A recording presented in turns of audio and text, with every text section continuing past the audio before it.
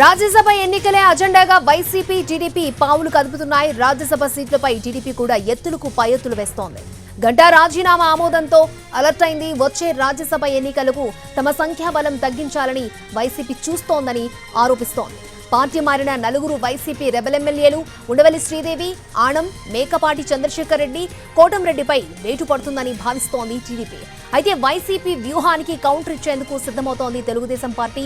తామిచ్చిన disqualification పిటిషన్లు ఆమోదం విషయంలో స్పీకర్పై ఒత్తిడి పెంచాలని భావిస్తోంది.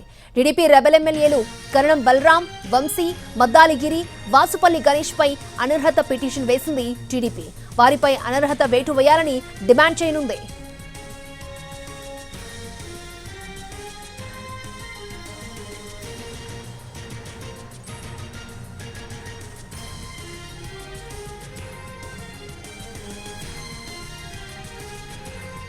రైట్, రాజ్యసభ ఎన్నికలే అజెండాగా వైసీపీ టీడీపీ పావులు కదుపుతున్నాయి. రాజ్యసభ సీట్లపై టీడీపీ కూడా ఎత్తులకు పై ఎత్తులు వేస్తోంది. గంటా రాజీనామా ఆమోదంతో టీడీపీ అలర్ట్ అయింది. రైట్, ఇదే అంశానికి సంబంధించి మరిన్ని అప్డేట్స్ అందించడానికి మా ప్రతినిధి పిఎంఆర్ చంద్రశేఖర్ లైవ్ లో సిద్ధంగా ఉన్నారు. మరిన్ని అప్డేట్స్ అడిగి తెలుసుకుందాం. పిఎంఆర్, ఏ విధంగా టీడీపీ ముందుకు వెళ్ళబోతోంది?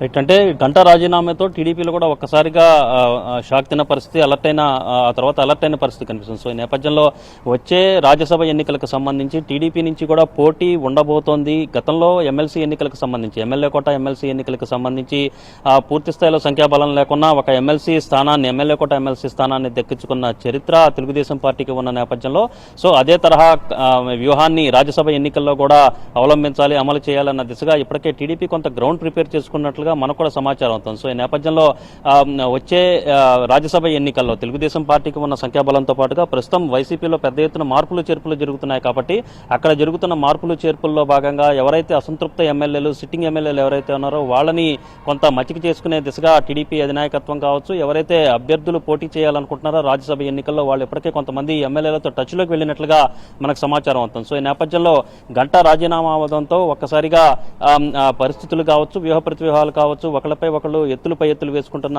పరిస్థితి నెలకొని ఉంది. గంటా రాజీనామా ఆమోదం ఇదంతా కూడా చూస్తూ ఉంటే ఖచ్చితంగా రాజ్యసభ ఎన్నికలను దృష్టిలో పెట్టుకుని గంటా రాజీనామాను ఆమోదించింది, స్పీకర్ ఆమోదించారు అనేది ఒక చర్చ తెలుగుదేశం పార్టీలో జరుగుతున్న నేపథ్యంలో డిస్క్వాలిఫికేషన్ పిటిషన్లు వైసీపీ వైపు నుంచి టీడీపీలోకి వచ్చిన రెబల్ ఎమ్మెల్యేలు ఎవరైతే నలుగురు ఉన్నారో ఆనం రామనారాయణ రెడ్డి, ఉండవల్లి శ్రీదేవి, కోటంరెడ్డి, మరొక ఎమ్మెల్యే మేకపాటి చంద్రశేఖర్ రెడ్డి ఎవరైతే ఉన్నారో వాళ్ళ నలుగురి మీద కూడా డిస్క్వాలిఫికేషన్ పిటిషన్ ఇప్పటికే పెండింగ్ లో ఉంది. కాబట్టి వైసీపీ ఇచ్చిన డిస్క్వాలిఫికేషన్ పిటిషన్ ని బేస్ చేసుకుని వాళ్ళ మీద కూడా అనర్హత వేటు వేసే అవకాశం ఉంది అని టీడీపీ అంచనా వేస్తున్న నేపథ్యంలో దాని కౌంటర్ వ్యూహాన్ని కూడా టీడీపీ సిద్ధం చేసుకుంటున్న పరిస్థితి కనిపిస్తుంది. వైసీపీలోకి టీడీపీ నుంచి కూడా నలుగురు ఎమ్మెల్యేలు వెళ్లారు. కరణం బలరాం, వాసుపల్లి గణేష్, అలాగే మద్దాలిగిరి, ఇంకొక ఎమ్మెల్యే ఎవరైతే ఉన్నారో వల్లభనేని వంశీ, ఈ నలుగురి మీద కూడా డిస్క్వాలిఫికేషన్ పిటిషన్ తెలుగుదేశం పార్టీ వేసింది. కాబట్టి వాళ్ళ మీద కూడా చర్యలు తీసుకోవాలని, వాళ్ళ మీద కూడా అనర్హత వేటు వేయాలని చెప్పి స్పీకర్ మీద ఒత్తిడి పెంచే దిశగా ఒత్తిడి పెంచే సూచనలు చాలా స్పష్టంగా కనిపిస్తుంది. సో ఈ నేపథ్యంలో ఒకవైపు ఆ అనర్హత పిటిషన్లకు సంబంధించి అంటే వీలైనంత త్వరగా వాళ్ళందరినీ కూడా కాల్ఫర్ చేసి వాళ్ళ అభిప్రాయాలు తీసుకుని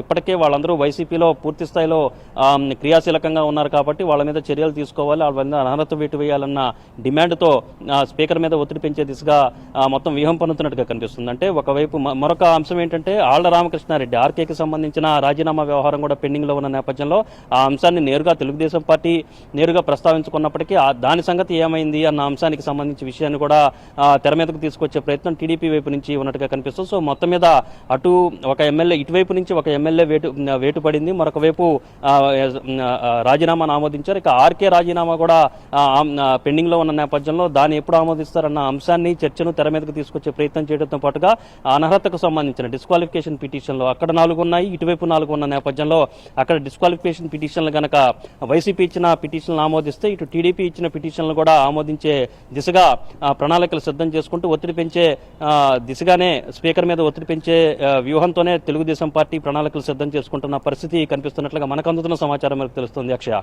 ఓకే పిఎంఆర్.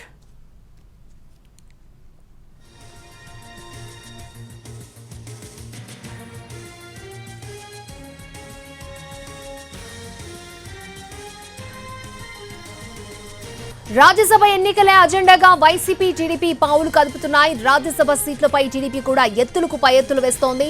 గంటా రాజీనామా ఆమోదంతో అలర్ట్ అయింది.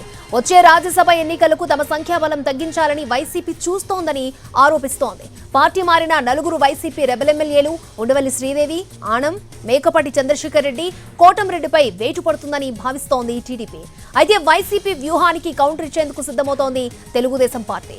తామిచ్చిన డిస్క్వాలిఫికేషన్ పిటిషన్లు ఆమోదం విషయంలో స్పీకర్పై ఒత్తిడి పెంచాలని భావిస్తోంది. టీడీపీ రెబెల్ ఎమ్మెల్యేలు కరణం బలరాం, వంశీ, మద్దాలి గిరి, వాసుపల్లి గణేష్ పై అనర్హత పిటిషన్ వేసింది టీడీపీ. వారిపై అనర్హత వేటు వేయాలంటూ డిమాండ్ చేయనుంది.